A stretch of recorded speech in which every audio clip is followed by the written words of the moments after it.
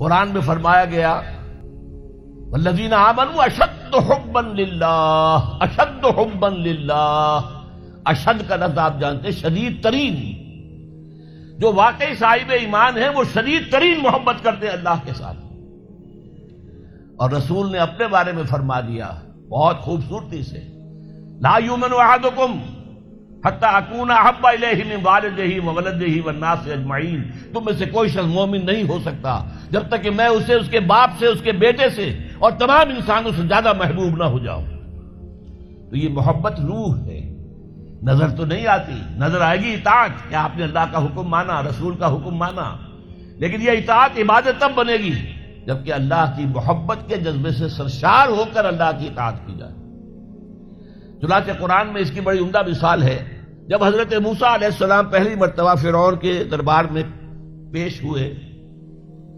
تو فرعون نے مذاق اڑایا کہ یہ آیا ہے یہ موسیٰ اور یہ ہارون اس کا بھائی، اور یہ ہم پر حکم چلانا چاہتے ہیں، وَقَوْمُهُمَا لَنَا عَابِدُونَ، حالانکہ ان کی قوم تو ہماری عابد قوم ہے، غلام قوم ہے۔ اب یہاں عبادت کے کیا معنی ہے؟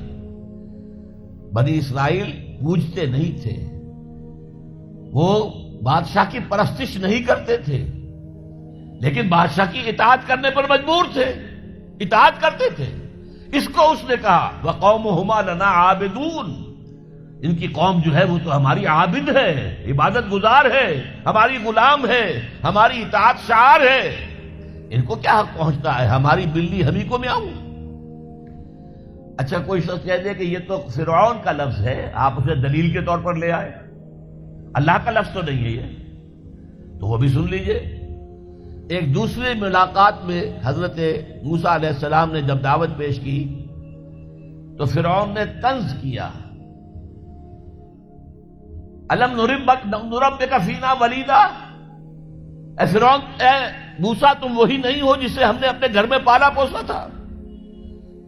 اللہ تعالیٰ کے حکم سے حضرت موسیٰ کو تو ایک صندوق میں بند کر کے دریائے نیل میں ڈال دیا تھا ان کی والدہ نے۔ وہ محل کے پاس سے گزر رہا تھا کہ وہاں کچھ عورتیں جو ہے دریا پر آئی ہوئی تھی نہانے وغیرہ کے لیے، انہوں نے وہ تابوت جو تھا صندوق وہ پکڑ لیا، اس میں حضرت موسیٰ نکل آئے اور اتنے خوبصورت تھے یہ فوراً سمجھ میں آ گیا تھا یہ کوئی اسرائیلی ہے، اور اسرائیلی بچوں کے بارے میں حکم تھا کہ فوراً قتل کر دو، اگر لڑکا ہو، لڑکی ہو تو زندہ رہنے دو۔ لیکن یہاں حضرت آسیہ تھی، فرعون کی ایک بیوی جو مسلمان تھی، بنی اسرائیل میں سے تھی، انہوں نے کہا فرعون سے لا تقتلوہ، مت قتل کرو، قرۃ عین لی ولک، دیکھو ہمارے ہاں اولاد نہیں ہے، یہ تو میرے اور تمہارے لیے آنکھوں کی ٹھنڈک بن جائے گا، دیکھو کتنا خوبصورت بچہ ہے، لہذا ان کو قتل نہیں کیا گیا۔ اللہ تعالیٰ نے ایک جگہ سورہ طٰہٰ میں احسان گنایا ہے حضرت موسیٰ پر، وَأَلْقَيْتُ عَلَيْكَ مَحَبَّةً مِّنِّي، میں نے اے موسیٰ تم پر اپنی محبت کا پرتو ڈال دیا تھا، ایسی محبت خدا بندی، ایسا ان کا جذبہ ابھرا لوگوں کے اندر کہ حضرت موسیٰ کو غضب نہیں پہنچایا گیا، محل میں پلے ہیں۔ تو اس کے بعد فرعون کی اس وقت تک اولاد نہیں تھی، بعد میں اولاد ہو گئی، لیکن وہ جو بعد میں اولاد ہونے والا جو ہے پیدا ہونے والا شہزادہ، وہ حضرت موسیٰ کو اپنا بڑا بھائی سمجھتا تھا۔ تو حضرت موسیٰ کو جب تانا دیا الم نربک فینا ولیدا، اے موسیٰ تم وہی نہیں ہو جسے ہم نے بچپن میں پالا پوسا تھا، ہمارے ٹکڑوں پر پلے اور آج ہمارے منہ کو آ رہے ہو۔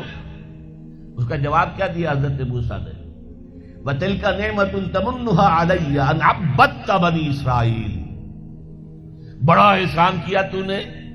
کہ مجھے اپنے گھر میں پال دیا اور میری ساری قوم کو غلام بنا رکھا ہے۔ ان عبدت بنی اسرائیل، یہاں بھی لفظ عبادت آیا، تو لفظ عبادت کا پہلا اطلاق اطاعت پر ہے، البتہ اس کی روح جو ہے وہ محبت ہے، روح نظر نہیں آئے گی، جسم نظر آئے گا، لہذا عبادت کا جسم اطاعت، اللہ کی اطاعت ہمہ تن ہمہ وقت ہمہ وجوہ، اور اللہ کی اطاعت کا راستہ اللہ کے رسول کی اطاعت۔ بمصطفیٰ برساں خیش را کے دی ہمہ اوست، اگر بہو نہ رسیدی تمام بول حبیث، اپنے آپ کو مصطفیٰ صلی اللہ علیہ وسلم کے قدموں میں پہنچا دو، اگر وہاں تک نہیں جاؤ گے تو یہ سب بولہبی ہے، پھر باقی ساری باتیں جو ہے اس کا اسلام سے کوئی تعلق نہیں۔